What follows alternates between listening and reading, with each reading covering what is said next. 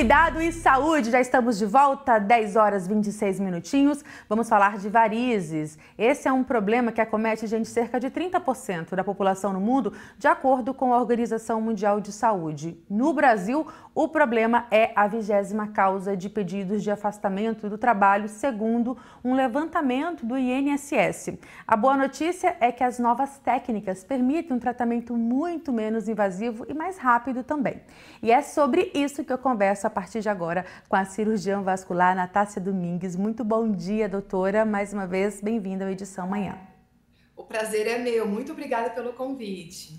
Vamos falar então sobre as causas. O que causa, qual é a principal causa, se é que a gente tem essa resposta, em relação às varizes, doutora? Nós temos sim, a principal causa é genética. Então a gente já tem tendência, tem essa propensão, quando tem história familiar, de ter varizes. Mas os hábitos de vida também influenciam muito. É mais comum na mulher, porque tem interferência com a relação hormonal, também com sedentarismo, com obesidade, com tabagismo, vários fatores, número de gravidez, também vários fatores que podem influenciar e agravar a doença. Mas a principal causa é basicamente genética. Então, se tem história familiar, procurar um cirurgião vascular para acompanhamento, para fazer os exames necessários e aí tomar a conduta de acordo com cada caso.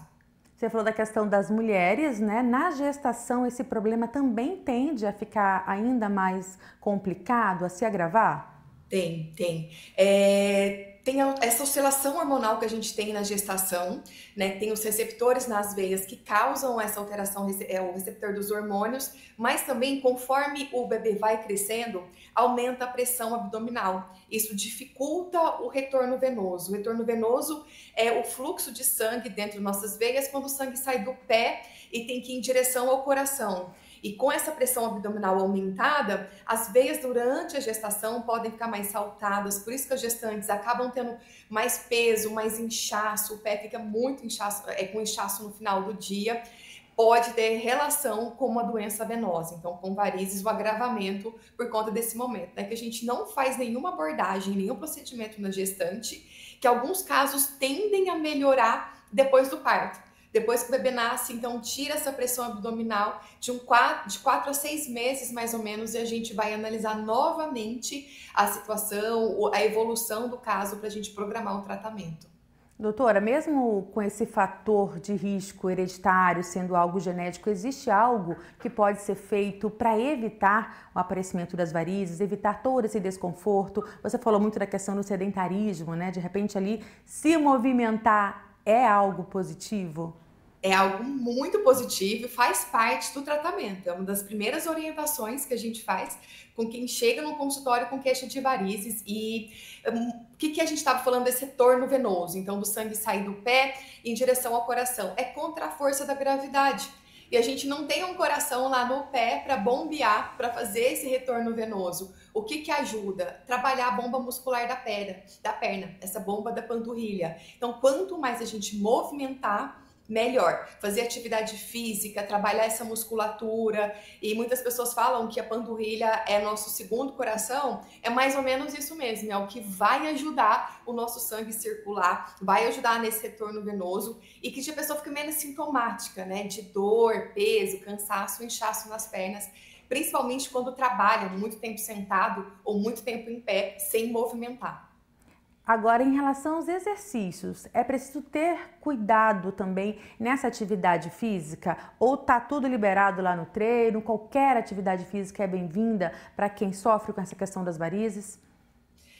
Mais ou menos isso. Qualquer atividade física é bem-vinda, desde com orientação do médico e do profissional da educação física. Mas a gente pede de imediato evitar atividades que tenham muito impacto.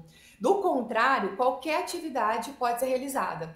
Para começar, atividades na água são, assim, tem um resultado excelente no controle dos sintomas, no controle do inchaço, não tem impacto, mas associar também, por exemplo, com uma musculação. A musculação, ela trabalha essa bomba muscular da panturrilha, tem essa hipertrofia da musculatura, isso ajuda muito no retorno venoso.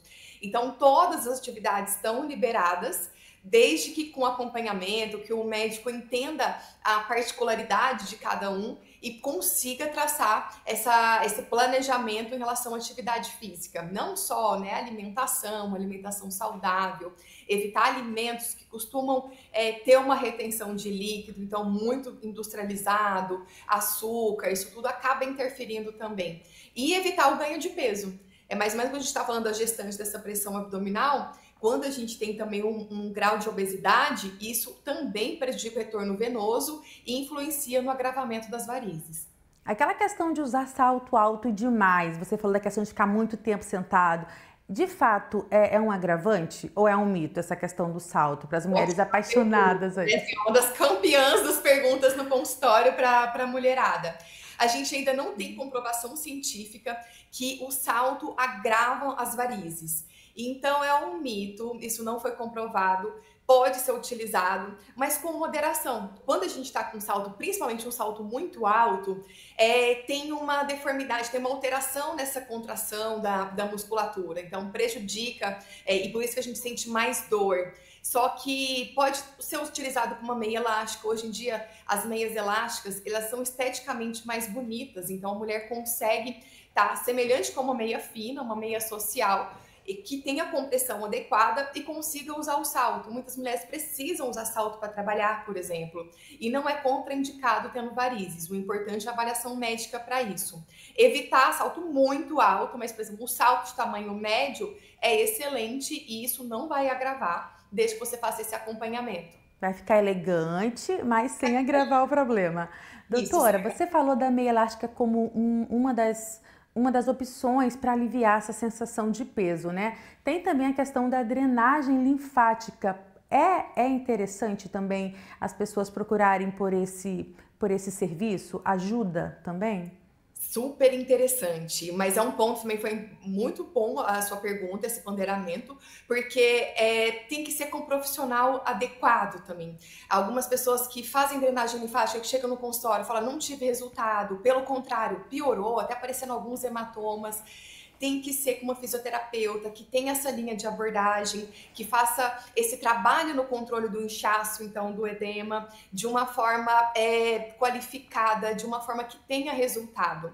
Uma drenagem linfática aleatória pode até agravar. Então, cuidado na escolha do seu profissional. Pesquise antes, vê resultados, vê a formação, vê a qualificação para entregar, mas ajuda muito e é um dos pilares do tratamento que eu utilizo aqui também para ter resposta no controle dos sintomas e também da evolução das varizes. Perfeito, doutor. Então, fala um pouquinho para a gente sobre esses tratamentos, se é sempre ou quando é indicado ali uma cirurgia e quais as complicações caso essa pessoa não tenha ali o cuidado adequado, complicações mais sérias se é que elas existem.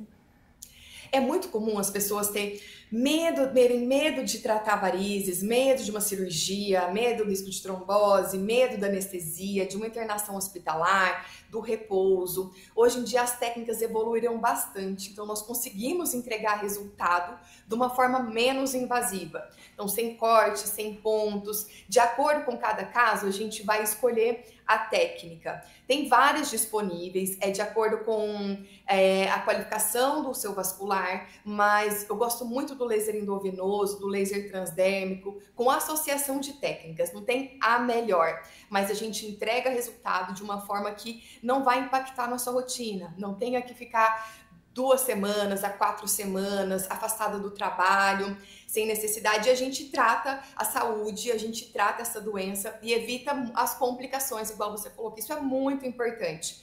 Primeiro porque é sintomático, gera esses sintomas, igual nós falamos, de peso, inchaço, dor, cansaço.